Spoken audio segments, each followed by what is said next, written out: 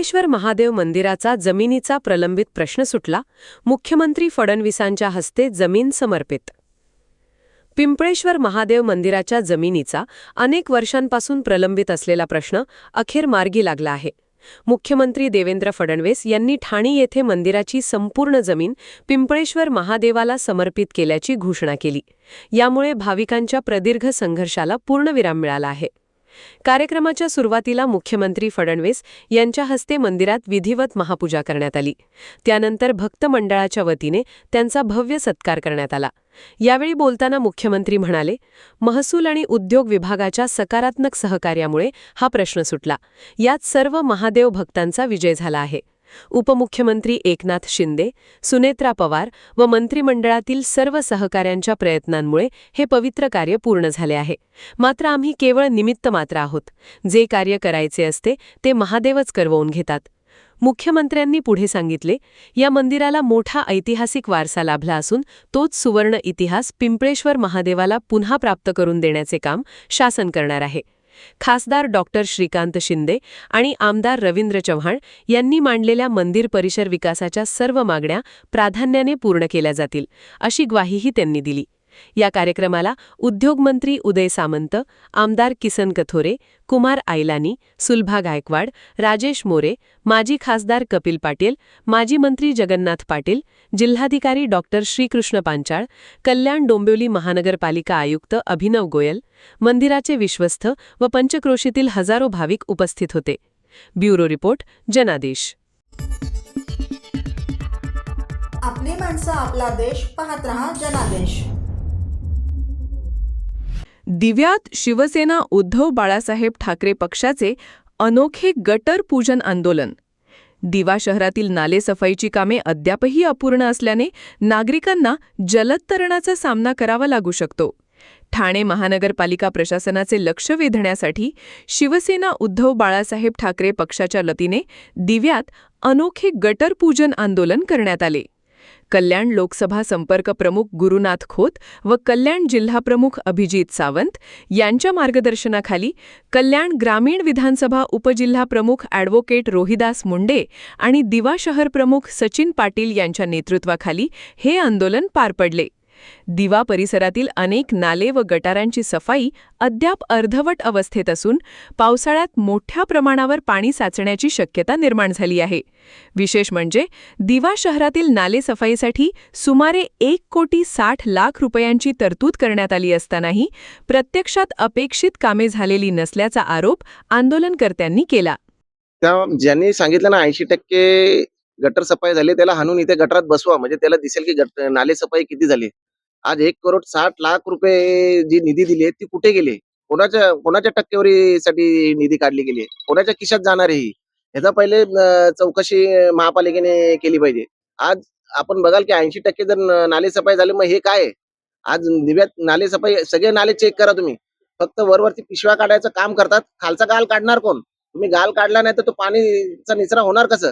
यावेळी दिव्यात पाणी साचणार. काही नाले तर या इथल्या बिल्डर लोकांनी तर सगळं त्यांची घाण टाकून ते नाले बुजवलेले आहेत. ते नाले कधी महापालिका साफ करणार आहेत? आज दिव्यात अशी परिस्थिती झाली की नालेच चोरले गेलेत, अशी परिस्थिती दिव्यातली झालेली आहे. पण ठाणे महानगरपालिकेच्या अधिकाऱ्यांना काही पडले नाही. त्यांना फक्त भ्रष्टाचाराचा पैसा, टक्केवारी एवढंच त्यांना दिसतं. त्यांना फक्त भ्रष्टाचार करायचं दिसतं. त्याच्यामुळे दिव्याकडे दुर्लक्ष केलं जातंय. आज देशात नेटच्या पेपर फुटले जातात, सगळ्या परीक्षांचे पेपर फुटले जातात. मग याकडे सरकार कधी? म्हणून आम्ही हे आंदोलन केलं आणि गटराचं आंदोलन केलं आणि तेव्हा तरी सरकारला जाग येईल आणि आता तरी हे गटर साफ करतील. या गटर पूजन आंदोलनाचं आमंत्रण आम्ही माननीय आयुक्त सौरभ राव यांना दिलं होतं. महापौर पिंपळकर मॅडम आहेत त्यांना दिलं होतं. उपमहापौर कृष्णा पाटील आहेत त्यांना दिलं होतं. विरोधी पक्षनेते, गटनेते, सगळे पक्षाचे सगळ्या गटनेत्यांना दिलं होतं. दिवा प्रभाग समिती सहाय्यक आयुक्त, आरोग्य अधिकारी, स्वच्छता निरीक्षक या सगळ्यांना आम्ही आमंत्रण केलं होतं की आपण या पूजेला आवर्जून या, जेणेकरून तुम्हाला दिव्याची नाले सफाई झाली की नाही हे तरी माहीत पडेल. परंतु गेंड्याच्या कातडीचे असलेले हे सरकार आणि यांचे लोकप्रतिनिधी हे कोणीही दिव्याकडे लक्ष द्यायला तयार नाही आणि कोणीही दिव्याकडे बघायला सुद्धा आलं नाही की नाले सफाई झाली की नाही. गणेश पूजनचा प्रसाद आम्ही व्यवस्थितरित्या शिवसेना स्टाईलने त्यांना पोहोचवण्यात येईल. यावेळी शिवसैनिकांनी गटर पूजन करून प्रशासनाच्या निष्क्रिय कारभाराचा निषेध व्यक्त केला. तसेच तातडीने संपूर्ण नालेसफाई करून नागरिकांना पावसाळ्यातील संभाव्य संकटातून दिलासा देण्याची मागणी केली.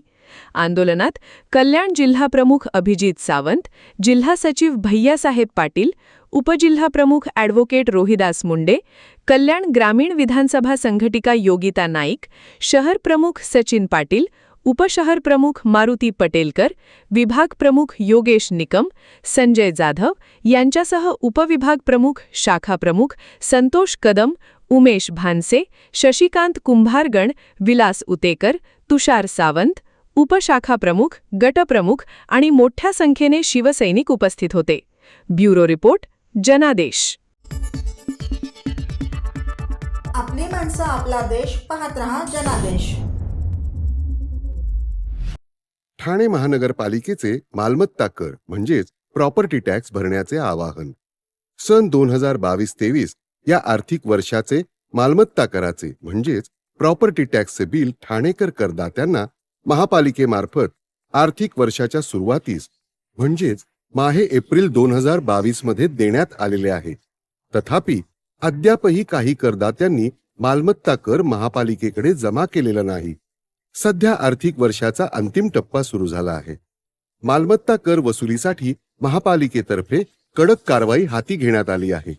या अंतर्गत जंगम मालमत्ता, टीव्ही, फ्रीज, वाहन व इतर जप्त करणे तसेच स्थावर मालमत्ता वॉरंट बजावून जप्त करण्यात येत असून मालमत्तेचा जाहीर विक्रीद्वारे लिलाव करून कराची रक्कम वसूल करण्यात येत आहे. मालमत्तेस पाणी पुरवठा करण्यात येणारे नळ संयोजन खंडित करण्यात येत आहेत. त्याचप्रमाणे थकीत मालमत्ता करावर 2% व्याज आकारले जात असल्याने भरावयाची रक्कम वाढत आहे. आपला मालमत्ता कर propertytax.thanecity.gov.in या लिंकद्वारे तसंच गुगल पे, फोन पे, पेटीएम याद्वारे ऑनलाईन पद्धतीने करण्याची सुविधा उपलब्ध करून दिली आहे. शनिवार, रविवार व सार्वजनिक सुट्टीच्या दिवशी नागरिकांना मालमत्ता कर भरणे सोयीचे व्हावे याकरता महापालिकेचे मालमत्ता कर संलग्न कार्यालय या दिवशी कार्यान्वित ठेवण्यात आलेले आहे. तरी मालमत्ता कर वसुलीची अप्रिय कारवाई टाळण्याच्या दृष्टिकोनातून मालमत्ता कर भरून महापालिकेस सहकार्य करावे. धन्यवाद. आपली माणसं, आपला देश. पाहत रहा जनादेश. ठाणे महापालिकेची पहिली सीबीएसई शाळा खारेगावात दिमाखात सुरू. ठाणे महानगरपालिकेच्या शिक्षण क्षेत्रातील महत्त्वाकांक्षी प्रकल्पाला मुहूर्त मिळाला. खारेगाव येथील सफायर रुग्णालयाजवळ महापालिकेची पहिली सीबीएसई बोर्डाशी संलग्न शाळा ठाणे महानगरपालिका क्रिस्टल हाऊस शाळा सकाळी 9 वाजता घंटा वाजवून सुरू झाली. पहिल्याच दिवशी 177 विद्यार्थ्यांनी हजेरी लावली. महापालिका आयुक्त सौरभराव यांनी स्वतः शाळेला भेट देऊन विद्यार्थ्यांशी गप्पा मारल्या. वर्गात जाऊन त्यांनी मुलांची विचारपूस केली. नवीन शाळा, शिक्षक आणि मित्रांबद्दलच्या भावना जाणून घेतल्या. विद्यार्थ्यांच्या चेहऱ्यावरचा आनंद आणि उत्साह पाहून समाधान वाटल्याचे आयुक्त यावेळी म्हणाले. ही शाळा क्रिस्टल हाऊस इंडिया यांच्या सहकार्यातून उभारण्यात आली आहे. कंपनीच्या सामाजिक उत्तरदायित्व निधीतून शाळेसाठी आवश्यक सर्व पायाभूत सुविधा पुरवण्यात आल्या आहेत. महापालिकेने इमारत दुरुस्ती, रंगरंगोटी, स्वच्छ पाणी आणि स्वच्छतागृहे, लिफ्ट, सीसीटीव्ही यंत्रणा आणि अग्निशामन यंत्रणा बसवली आहे. शाळेत विद्यार्थ्यांसाठी ग्रंथालय, अद्ययावत विज्ञान प्रयोगशाळा, संगणक कक्ष, भाषा प्रयोगशाळा, क्रीडा विभाग व कला दालनाची व्यवस्था आहे. क्रिस्टल हाऊस व्यवस्थापनामार्फत पूर्व प्राथमिक ते इयत्ता 12वी पर्यंतचे शिक्षण पूर्णपणे मोफत दिले जाणार आहे. त्यासोबत गणवेश, पाठ्यपुस्तके, वह्या, शैक्षणिक साहित्य, दुपारचे भोजन आणि शाळेपर्यंत येण्या-जाण्यासाठी बस सेवाही मोफत असणार आहे. आयुक्त सौरभराव यांनी सांगितले, या शाळेमुळे ठाण्यातील विशेषतः आर्थिकदृष्ट्या दुर्बल घटकातील मुलांना सीबीएसई अभ्यासक्रमाचे गुणवत्तापूर्ण शिक्षण घेता येणार आहे. केवळ शालेय शिक्षणच नाही तर विद्यार्थ्यांना उच्च शिक्षणासाठी मार्गदर्शन, करिअर समुपदेशन आणि रोजगाराभिमुख प्रशिक्षणही दिले जाणार आहे, जेणेकरून मुले भविष्यात स्वावलंबी होतील. उद्घाटन प्रसंगी उपायुक्त शिक्षण डॉक्टर मिताली संचेती, उपायुक्त दीपक झिंजाड, उपनगर अभियंता विकास ढोले, प्रशासन अधिकारी विनोद पवार, शुभांगी केसवानी आणि क्रिसिलचे वरिष्ठ पदाधिकारी उपस्थित होते. शिक्षक व विद्यार्थ्यांनीही आयुक्तांशी उत्साहाने संवाद साधला. ब्युरो रिपोर्ट, जनादेश.